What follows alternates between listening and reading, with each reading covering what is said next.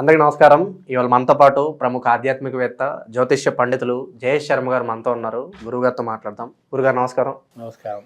2025 ఫిబ్రవరి మాసం వృషభ రాశి వారి పరిస్థితి ఎలా ఉండబోతుంది గురుగారు? ఎలాంటి ఫలితాలు ఉంటాయి? గ్రహస్థితి ఎలా ఉంది? ఎలాంటి రెమెడీస్ చేసుకుంటే బాగుంటుంది అంటారు? శ్రీ గురుభ్యో నమః. శ్రీ మహాగణాధిపతి నమః. శ్రీ మహాసరస్వతి నమః. హరి ఓం. శ్రీమాత్రే నమః. అయ్యా, మనకు ఈ యొక్క మాఘమాసము, మనకు ఫిబ్రవరి నెల 2025 ఈ యొక్క మాసంలో ముఖ్యంగా వృషభ రాశి వారి ఫలితాలు చూస్తున్నట్టయితే కృత్తికా నక్షత్రం 2, 3, 4 పాదాలు, అట్లాగే రోహిణి నక్షత్రం 4 పాదాలు, మృగశిర నక్షత్రం 1, 2 పాదాలు ఈ యొక్క వృషభ రాశికి చెందినవి.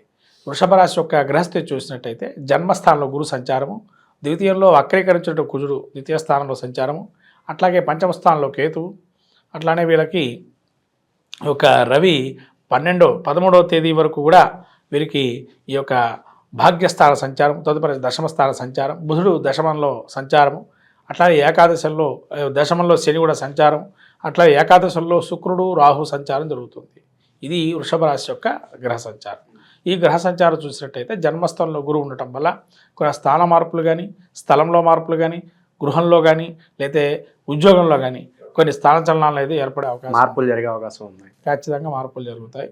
అంటే ఒకటేంటంటే మార్పులు అంటే ఇంకా ఇక్కడ కూడా ప్రమోషన్స్ అనుకోవచ్చు, లేదైనా ఉన్న స్థలం నుంచి ట్రాన్స్ఫర్లు కానీ అటువంటివి కూడా అయ్యే అవకాశాలు ఉంటాయి. కానీ ఎంబటే కావు, జస్ట్ ఒక రోల్ లాగా ప్రకటన చేస్తారు కాబట్టి తర్వాత ఉంటాయి.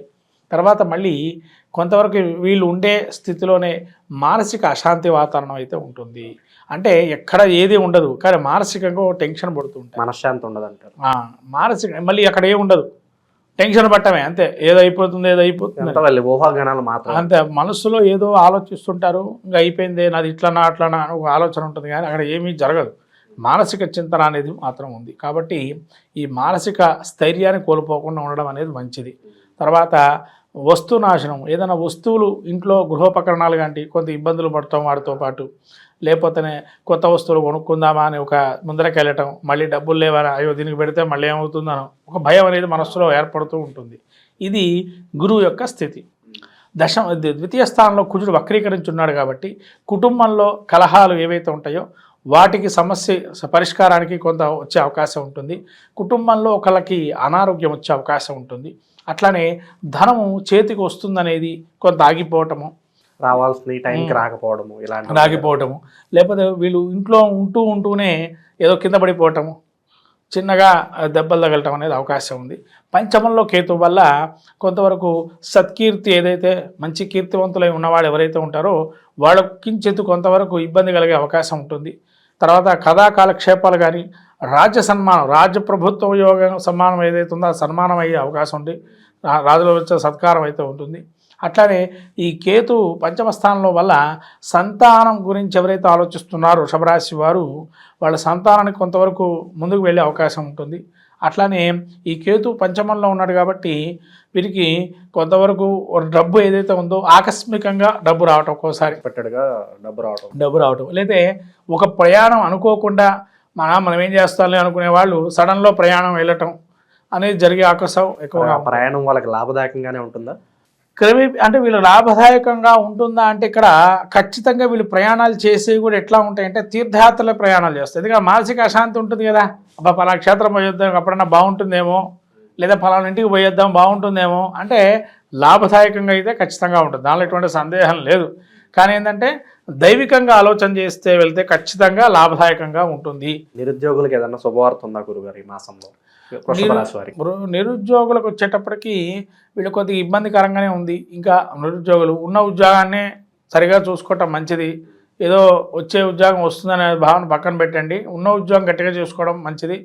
ఎందుకంటే ఉన్న ఉద్యోగంలో కూడా మీకు మార్పులు ఉంటాయని చెప్పి అన్నాం కాబట్టి ఇంకా మళ్ళీ మార్పు అనేది వద్దు.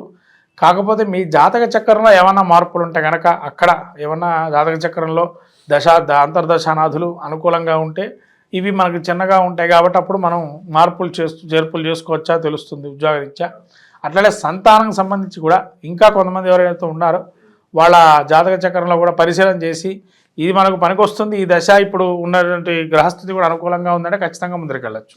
శుభకార్యాలు జరగడానికి ఏదైనా ఆస్కారం కనిపిస్తుందా ఈ మాసం? లేదంటే ఒక అడుగు ముందుకు పడడం, సంబంధాలు కుదరడం ఇలాంటివి ఏమైనా కనిపిస్తున్నాయి? శుభ కార్యక్రమాలకైతే ఇబ్బంది లేదండి. ఖచ్చితంగా వివాహాది శుభ కార్యక్రమాలు జరిగే అవకాశం 100% ఉంది, 100% ఉంది. నో డౌట్ అది. ఎందుకంటే రాబోయే స్థితి ఏదైతే ఉందో వీళ్ళకి గోచారరీత్యా శని యోగప్రదంగా ఉంటున్నాడు, అట్లనే గురుడు యోగప్రదంగా తయారవుతున్నాడు. అంటే రాబోయేది స్వర్ణయుగం, అద్భుత యోగాన్ని ఇస్తుంది వృషభ రాశి వారికి అనేది గంటాపదంగా చెప్పేయచ్చు. 2025వ సంవత్సరం వృషభ రాశికి గంటాపదంగా చెప్పచ్చు, నో డౌట్ అది. కాబట్టి మీరు అనుకున్న ప్రశ్న ఏదైతే ఉందో ఖచ్చితంగా అది నెరవేరుతుంది, దానిలో ఎటువంటి సందేహం లేదు. అలాగే కోర్టు సమస్యల్లోనూ భూ కబ్జాలకు గురైన వాళ్ళు ఉంటారు, వాళ్ళకి ఏమన్నా మంచి ఫలితాలు ఉండబోతున్నాయి గురుగారు? కోర్టు సమస్యలు కొద్దిగా దీర్ఘకాలికంగా ఉంటాయి, అవి పరిష్కారం అయితే కావు. ఎందుకంటే కుజుడు వీళ్ళకి కొద్ది ఇబ్బందికరంగా ఉన్నాడు. ఈవెన్ వీళ్ళకి గురువు యొక్క శని యొక్క దృష్టి ఈ పడినా కూడా కొంతవరకు అది డిలే అయ్యే అవకాశాలు ఎక్కువగా ఉన్నాయి. వీళ్ళకి ఇంకో కొద్ది కాలం పడుతుంది. కాబట్టి ఈ ఎంబటే దానికి డెసిషన్ అనేది అయితే రాదు. వృషభ రాశి వారికి కోర్టు వివాదాలని పరిష్కారం అయితే కావు, ఇంకా కొద్దిగా డీలేనెస్ అనేది కనబడుతుంది. గురుగారు, వృషభ రాశి వారికి మరి ఏదన్నా పరిహారాలు ఏదో ఉంటే తెలియజేయండి మాసంలో వాళ్ళకి ఇంకా మంచి ఫలితాలు పొందడానికి. అయితే వృషభ రాశికి ఇప్పుడు ఇంకోటి ఏంటంటే, ఇక్కడ బుధుడు ఏదైతే ఉన్నాడో బుధుడు వీళ్ళకి ఇంకా 10వ స్థానంలో ఉన్నాడు. అంటే ఈ 10వ స్థానం బుధుడికి మంచిది, ఆలోచన జ్ఞానాన్ని ఇస్తాడు. ఈ ఫిబ్రవరిలో మీరు అన్నట్టుగా ఒక ఆలోచన ఉంటుంది, ఫ్యూచర్ ప్లానింగ్స్ మనం ఎలా తీసుకోవాలి, ఎలా వెళ్ళాలి అనేది బుధుడు ఇస్తున్నాడు. ఇక్కడ చాలా అద్భుతంగా రాణిస్తున్నాడు. అందులో రవితో కలిసి ఉన్నాడు, ఇంకా ఇక్కడ ఈ శనితో కూడా కలిసి ఉన్నాడు. కానీ రవి శనుల యోగం అంత మంచిది కాదు, కానీ రవి బుధుల యోగం మంచిదే. శని కలవటం వల్ల శని కుంభం మూల త్రికోణ స్థానంలో ఉన్నాడు కాబట్టి శని యోగప్రదంగా ఉంటాడు కొన్ని రోజుల పాటు వీళ్ళకి. కాబట్టి శని యోగాన్ని కూడా ఇస్తున్నాడు. మీరు అన్నట్టుగా ఈ శుక్ర రాహులు ఎవరైతే ఉన్నారో వాళ్ళు 11వ స్థానంలో ఉన్నారు. శుక్రుడు కొద్దిగా 11వ స్థానంలో మంచి చేస్తున్నాడు. వీళ్ళకి అండదండలుగా ఉండేటువంటి వాళ్ళు ఎక్కువగా పోగయ్యే అవకాశం ఉంటుంది. ఒక పెద్దన్న పాత్రగా సలహాలు సూచనలు అనేవి ఎక్కువగా ఇచ్చే అవకాశం ఉంటుంది వీళ్ళు. కాబట్టి వృషభ రాశి వారికి కొద్దిగా ఇంకా మంచి ఫలితాలు రావడం, సుబ్రహ్మణ్య క్షేత్ర దర్శనం చేయటం, తద్వారా వాళ్ళకి కావాల్సిన కోరికలు ఆ స్వామికి నివేదన చేసుకొని మంచి ఫలితాలు పొందడానికి అవకాశం ఎక్కువగా ఉంటుంది. అట్లానే వెంకటేశ్వర స్వామికి అర్చన చేసుకోవటం కొంతకాలం, తర్వాత గురుక్షేత్ర దర్శనం చేయటం, ఈ వీరికి ఉగాది వరకు గురుక్షేత్ర దర్శనం చేసుకోవటం అనేది మంచిది. మనకు రాబోయేటువంటిది ఈ మాఘమాసం, ఫిబ్రవరి నెల. ఈ మాఘమాసంలో అందరికీ తెలిసినటువంటి ఉత్తరాయణ పుణ్యకాలం వచ్చిన తర్వాత మొదటి శుభమాసంగా అందరూ మాఘాది పంచమాసాలు పెళ్లికి కానీ శుభ కార్యక్రమాలకు కానీ చాలా ఉపయోగకరంగా అనేకమైనటువంటి పుణ్యమైనటువంటి రోజులు ఉన్నాయి.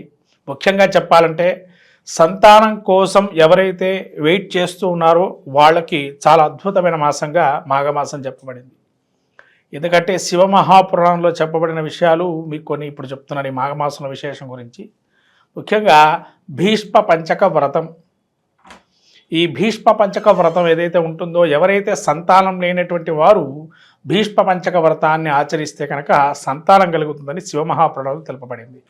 అట్లానే మనకు పుత్రదా చతుర్థి అని చెప్పి ఒకానొక చతుర్థి తిథి కూడా ఈ యొక్క సమయంలో వస్తుంది. అంటే సంతానం అటువంటిది ఎవరికైతే చాలా ఇబ్బందులు పడుతూ అనేకమైనటువంటి వైద్యంలో కూడా సంప్రదిస్తూ ఉండేటువంటి వారికి ఈ యొక్క మాసం మీరు ఏదైతే అనుకుంటున్నారో ఆ సంతానవంతులు కావాలనుకునేటువంటి వారు ఈ భీష్మ పంచక వ్రతాన్ని ఆచరించడం ద్వారా ఖచ్చితంగా కలుగుతుంది. అలానే మనకు పితృ సంబంధమైనటువంటి ఏదైతే మనకు పితృశాపాలను అంటాము, ఇటువంటివన్నీ కూడా మనకు ఈ మాఘమాసం పౌర్ణిమ మహామాఘి అని కూడా అంటారు.